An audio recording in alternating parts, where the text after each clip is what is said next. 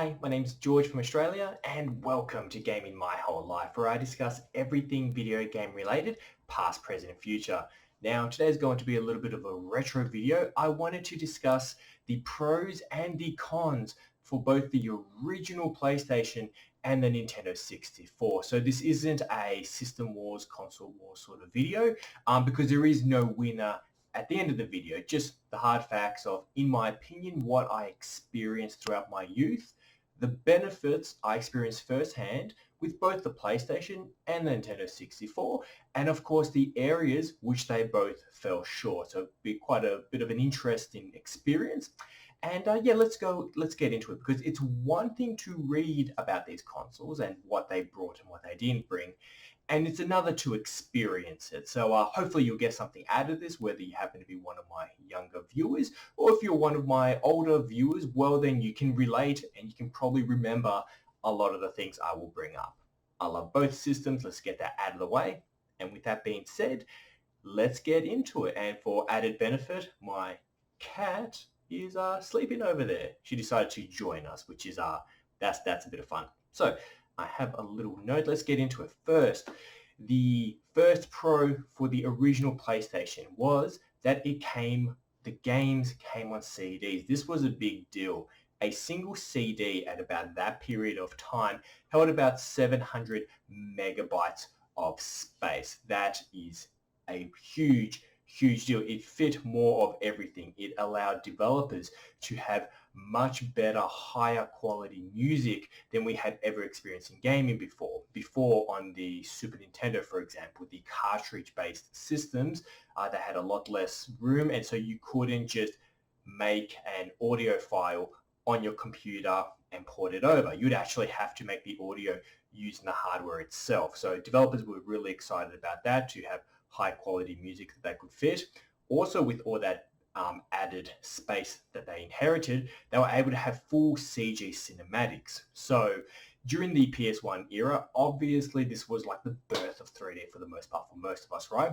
So the actual console itself could only handle very basic shapes. It was very restricted. But because it was on CD and it gave it lots of room, it let them do pre-rendered CGI. So think about it when you go to the cinemas and you see a Pixar movie or a Disney one, it happens to be in 3D. Obviously, none of that is in real time. They've pre-rendered that through hundreds and thousands of hours using computers. They were able to do that on the PlayStation 1. So then when you played, the original Tekken game, you played with the standard Tekken graphics, that was one thing. But every time you beat the arcade mode, you were rewarded with a full CG cinematic, which was really cool, really super, and frankly was a little bit of a glimpse of what we could expect from next generation consoles after the fact. The next advantage, which this was a big one and drove a lot of developers to the system, was the fact that CDs were super cheap. They were cheaper than all the cartridges they had to pay for beforehand. CDs cost nothing. CDs barely cost anything even for the consumer. So if you went ahead, as the developers did, and you bought heaps of CDs, because obviously you wanted to sell hundreds of thousands of copies, if not millions if you were lucky, you went and mass bulk buy CDs. And by the end of it, they were literally paying like several cents per CD. Obviously that doesn't include, packaging costs and this and that, but the actual CD itself, absolutely nothing. Which leads to the next point. And oh, by the way, I do apologize. Normally I don't do these videos wearing my sunglasses, but I have a headache. So this just helps with the glare and lets me to do this video, which otherwise I would have had to take the day off. But continuing, the other advantage of being able to get super cheap CDs and have the games on it was that it allowed PlayStation developers to have demo discs. Demo discs were an awful lot of fun. It was great for developers. It was great for consumers. We got to play games before buying them, which obviously was great, and it didn't come at a massive expense to developers. If they just sent out discs, it cost them barely anything. They only need to get a few sales in return to recoup all the money they spent. So demo discs, fantastic. And lastly, as a pro, I have a couple more actually, it was a CD player. Now that may not seem like a big deal today, and look, even back then, It wasn't the biggest deal, but it was still a really cool feature to have. Not everyone had a CD player. Most people didn't have Discman, which was the portable CD player. So to be able to get a 3D video game console that gave you graphics which in your eyes you thought were as good as the arcade, plus you could pop CDs in there, that was really cool. And most importantly, you got amazing games. There are countless franchises that came out during the PS1 era that is still remembered fondly to this day, and there's countless series that are even still relevant. So for example, Crash Bandicoot, Spyro the Dragon, Metal Gear Solid, Tony Hawk, Resident Evil, Silent Hill, Gran Turismo, Tomb Raider. These are all games that more than 20 years later, everyone still knows. That's how big these were. And some of those games, like the Resident Evil and the Silent Hill, for example, were survival horror mature titles. We hadn't experienced anything like this before. We had like some moody games on the 16-bit consoles before, but you never really got scared. It wasn't 3D. 3D was so much more immersive. So a benefit the PlayStation had was not only was it getting just amazing titles one after the other, and developers were happy because the CD was dirt cheap to produce on, but they had mature, scary titles, which Nintendo wasn't so supportive of at this time. They were still very family friendly at this point. So they are the many wonderful benefits that I personally experienced with the PS1. Unfortunately, though, because this is the nature of the video, we now need to go through the cons of the PS1. And obviously when I'm done with those cons, then we're going to talk about the pros and cons of the Nintendo 64. So everyone gets looked after here. And if you're enjoying the video so far, please give me a like and comment below. Let me know your thoughts once you've watched the whole video. I'd love to hear your opinions, and consider subscribing as I'm gunning for 400 subscribers. Now, one of the cons ironically comes from the CD itself. Even though the CD gave the PlayStation an advantage in many areas and lots of room, cheap and this and that, one problem it did introduce was loading screens. The PS1, depending on the game you played, had a lot of loading screens, and we weren't used to this. Cartridge-based games didn't have loading screens. So when we played on the original Nintendo, when we played on the Super Nintendo, when we played on the Sega Mega Drive or Sega Genesis if you're from America, you didn't have loading screens. You turned it on, that was it. Everything was instantaneous. And then you got the PS1 and all of a sudden you're watching this bar load up on the screen. That was new, and depending on the game was actually quite frustrating, because imagine it takes 3-4 minutes for a game to load. I'm being generous with that. There were games that took a lot longer. But let's say you have a 3-4 minute load in a game. You may think that's not a big deal. And you know what?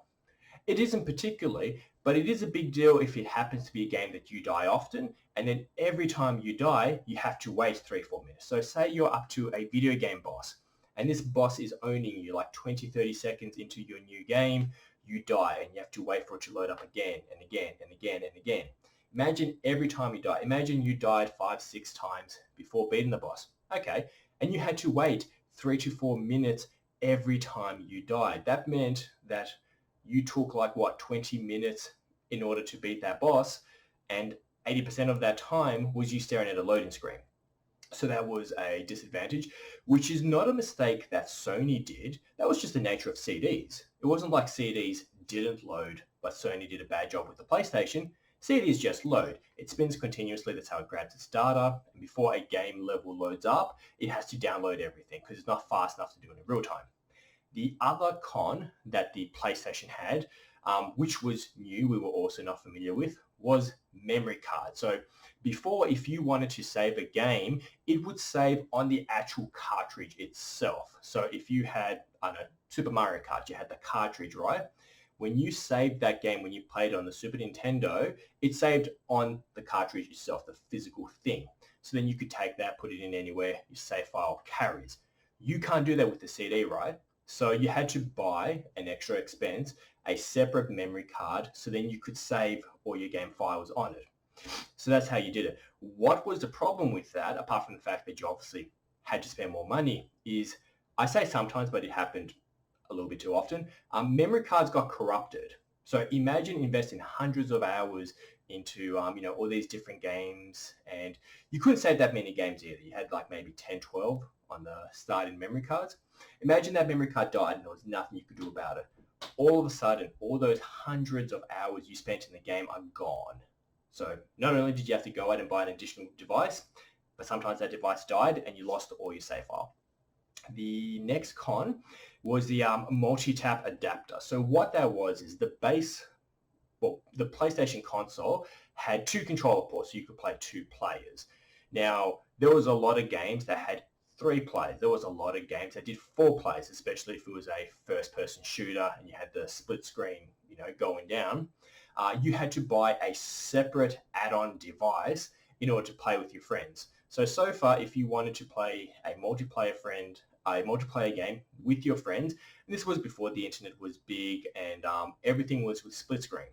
So if you wanted to play games, you'd have to bring your friends over, you'd all play on the one TV, and you needed to buy a memory card so that you could actually save the game. You needed to buy a multi-tap adapter because otherwise only one friend could play with you at a time. Another problem, and look, I know this sounds all negative, but keep in mind, we did the lovely Pro section, and I think the PS1 is frankly probably my favorite console of all time, but we're now doing the con, so work with me, right? Soon we'll get to the N64 section. The next problem was scratched discs. Now, unfortunately, those CDs scratched really, really heavily. Like you could get a disc and look at it, and there would be so many lines. It was very easy to scratch. If you grabbed a disc CD and you put it down like this instead of the other way around, it scratched it. And if it got scratched enough, a game would be skipping. A game would have problem loading. Some games would become unplayable altogether. And because we were not familiar with CD games, we didn't treat it as well as we should. Just the material the CDs were made from, it scratched very easily. So you had to be careful. You had to, one, hope that your CD didn't get scratched too much. Like you'd lend your disc to a friend, you'd get it back, there's scratches on it. And then all of a sudden your game isn't working. So you had to hope the disc didn't get scratches so it didn't die on you. You had to hope that the memory card didn't die on you. So, there was that risk. The last con was basically the lack of anti-aliasing support. So without getting too technical with this and that, basically a lot of PS1 games, if you were to go back to them now, and it's obviously not a port, not through an emulator where they smooth out the edges, but basically the edges of objects really did it. There was like a lot of lines, a lot of dots and this and that. It didn't look so smooth. It just wasn't really part of the hardware. Now, we've done the PS1 section.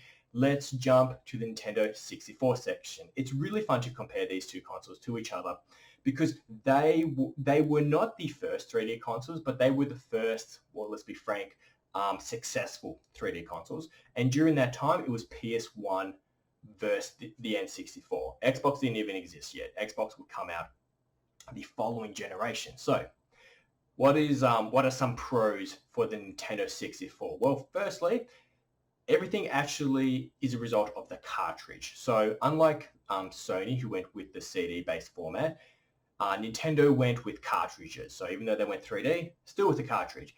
What was the benefit of that? Well, firstly, little to no loading screens whatsoever. When you booted up Nintendo 64, even though you were getting 3D graphics just like your PS1, you were almost never greeted with a screen. Everything popped up really quickly. It didn't matter how many times you died.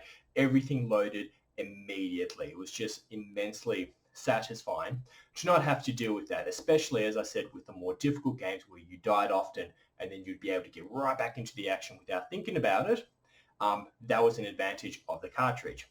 Another advantage as a result of the cartridge was you didn't need a memory card. You didn't need to go out, you didn't need to buy a separate one. It saved on the cartridge once again. Fantastic, right? Fantastic. No loading screens, no additional purchase to buy a memory card, no chance of your save files getting corrupted. It was on the cartridge itself. Now, don't get me wrong. Save files sometimes did get corrupted on the cartridge, but that was a lot rarer than how often memory cards on the PlayStation 1 just stopped working outright. Didn't need to buy it. It was good. If you grabbed your cartridge and you brought it over to your friend's house, you could resume your play since the save was on there.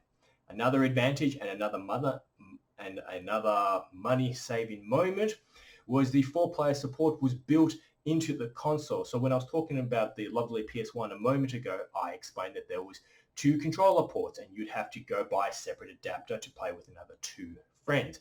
The Nintendo 64 had that built in from the start. So you got it and straight away all you needed was extra controllers built into the system, very user-friendly, and frankly has been that way with Nintendo consoles ever since. The GameCube did it that way, the Wii did, the Wii U, the Switch, they just smashed it, right? Absolutely smashed it. Another area which the Nintendo 64 had an advantage was they had the Trilinear Filtering. And basically what that did was it made edges and objects a lot smoother. And I can verify this isn't simply something I Wikipedia'd and I'm just regurgitating that. I can confirm as someone who grew up during that era and was playing between both consoles, I remember explicitly playing the PS1 because I had that first and loving it, and then going to my friend's house and playing the Nintendo 64 and like playing, you know, a ported version of the game I had just been playing on the PlayStation. And even though I couldn't figure it out, I had never heard of filtering, didn't even know what that was. All I knew was for some reason the exact same game looked a lot smoother and better on Nintendo 64, and I had no idea what it was. It was just the edges. It just stood out. It was smooth. Everything was faster, you know, no loading. Like it was, I couldn't put my finger on it. But yeah, then when I got older, I researched it. Turns out that, yep, by default, Nintendo 64 games have an extra filtering option going on. And, you know, PC users are familiar with this. Whenever you download and install any game, first thing you do is go into the PC settings and you check out the filtering options, the graphic options and so forth. Nintendo 64 had an extra one which just made things look nicer. The other advantage that Nintendo did have as well was, and I don't mean this arrogantly, but just factually, Nintendo was Mario. The world associated video games with Mario, with Nintendo, because Sony was an unproven risk at this point. We knew Sony because they made CDs, they made Discman, they did electronics. They were not known for video games. Which company was known for video games and had already launched 2 ultra successful video game consoles? Nintendo. This was their 3rd console by this point, and a lot of people wanted to stick with what they felt comfortable with, what they knew. That was the Nintendo advantage, because obviously they wanted Mario, Zelda, Donkey Kong, or that sort of good thing.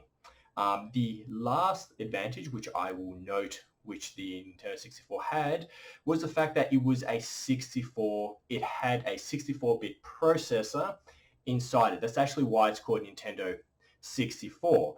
The PlayStation had a 32-bit processor. The Nintendo 64 had 64. So whatever knowledge you have on processors and CPU power and this and that, just know that the Nintendo 64 literally had double whatever the PlayStation 1 had. So, and frankly, there was also games that just, you took one look at it, and I'm not saying this as a fanboy because, as I said, out of the 2, the PlayStation was actually my favorite console, even though I love them both. But there were certain games on the Nintendo 64 that looked so much better than the PlayStation could possibly do. I've brought this up before and I'll always bring it up because it's one of those moments in my life I'll always remember. Was I loved my PlayStation, right? Always did, always have, that won't change. And I was convinced that the PlayStation would have had the better graphics because it had more mature, more bloody, more dark, whereas Nintendo was all bright and sunshine, so I couldn't actually tell it was a more powerful console. However, my friend one day told me to come over and play a game called Turok, right? Turok 2, some first-person shooter with dinosaurs or whatever. I'm like, cool, whatever. I went there, and within seconds of playing it, with no graphics knowledge, just, I know what PlayStation 1 graphics look like, and then I went and played Turok, and I'm like, this looks amazing. The textures, the water, the blood, the animations. That game looked incredible. And even right down to the end of the PlayStation 1's life cycle, no game graphically could compete. Unfortunately, it's one of those things that graphics have evolved so much since then that even if you look at screenshots, even if you do the comparison, it's really hard to be able to see the difference. Whereas back then, it was like night and day. It's like, wow, this Turok thing looks absolutely amazing.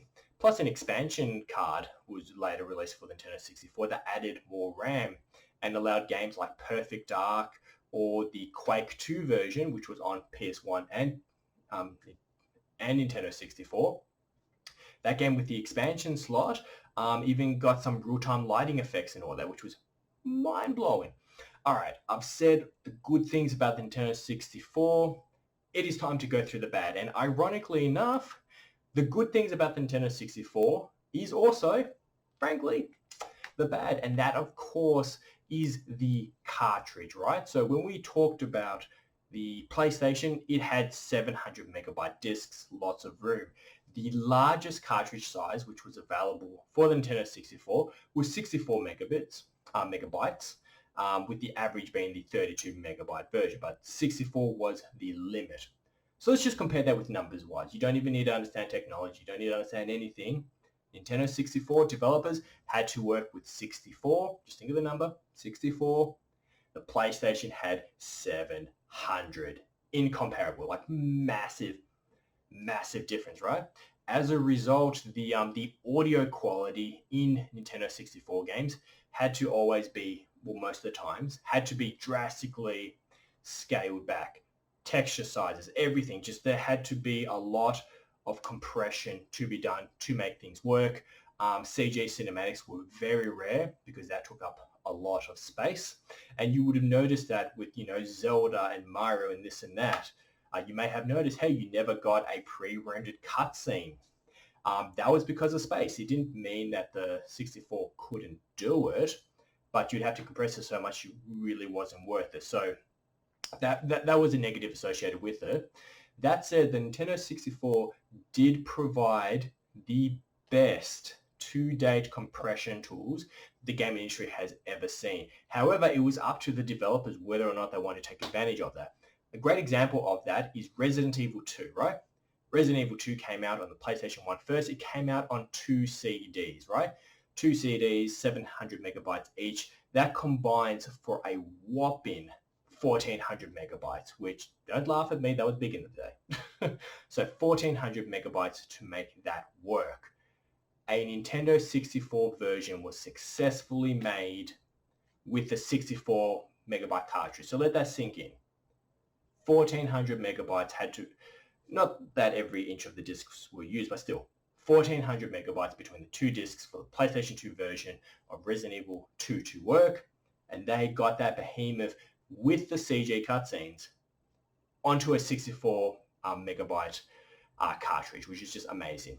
Were there sacrifices to make that happen? Absolutely. Audio took a hit.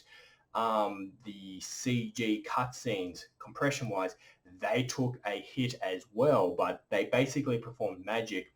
And was just a good example of anyone who was working to work hard on it. If you use the compression tools, you could get a lot out of the Nintendo 64 cartridge, but not everyone was willing to invest that. That Turok game I just mentioned, massive file sizes, massive, but they learned really good compression tricks. Another disadvantage, and this is a big one, this is what drove the vast majority of developers who were interested in working on the Nintendo 64, this is what drove them to the PlayStation, and that was the size of the cartridge. I've spoken about how cheap CDs were. Cartridges were not cheap. They were expensive, and if you wanted larger cartridge sizes, like you had the 32 megabyte, you had the 64, and I think there was even one less than 32, right? You had to pay more depending on what you were using. Not only that, you had to order your stock in advance. So say you are a developer, right? And you're about to release a game. Realistically, you have no idea how many copies you're going to sell, but you have to order those cartridges in advance. You have to pay Nintendo upfront in advance, and you have the gamble of if you order too few and your game is a success, people won't be able to buy. Extra sales won't happen because you don't have the cartridges. But buy too many and you're screwed. They'll just sit there not being sold because it took time to build them and it took extra money. So that was hard, right? That that was really tough. And a lot of developers who were like, were first time doing it, they're like, hey, I can't take this risk.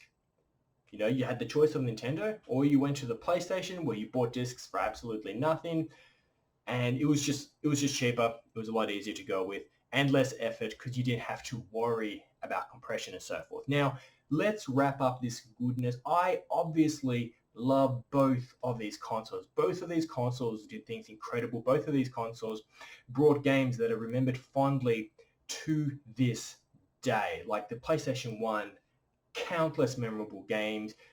Nintendo going to 3D properly for the first time with Nintendo 64, monumental. Both of them had their weaknesses, both of them had their strengths. There is no right or wrong here. I love both of these. This was a lot of fun. I hope you enjoyed this retro flashback. I haven't done a retro video in a fair while because I cover all sorts of news. I'm talking about, PSVR and survival horror a lot, next-gen systems, PS5, Xbox Series X. Like, I cover everything, but I'm someone who's been gaming since the 80s. So every once in a while, I'm going to do a retro flashback. Now, I hope you enjoyed this list. This is naturally based off my personal experience, the way I saw it as a child, mixed with a little bit of knowledge I gained after the fact. If you would like to contribute to the conversation, feel free to comment below. I would love to hear what your experiences were with these two systems. And if you've learned anything, I think that's great, because even if you are a younger gamer, I'm not going to be condescending. If this is how you learn about the past consoles, great. I'm from the 80s and all that, right? But I missed out on like the Atari right before it and all that. So I had to learn through YouTube about those consoles. So we're all in the same boat. With that being said, you have a wonderful, wonderful, wonderful morning, afternoon, or evening. You have a good one, and I'll see you for my next video. Bye-bye.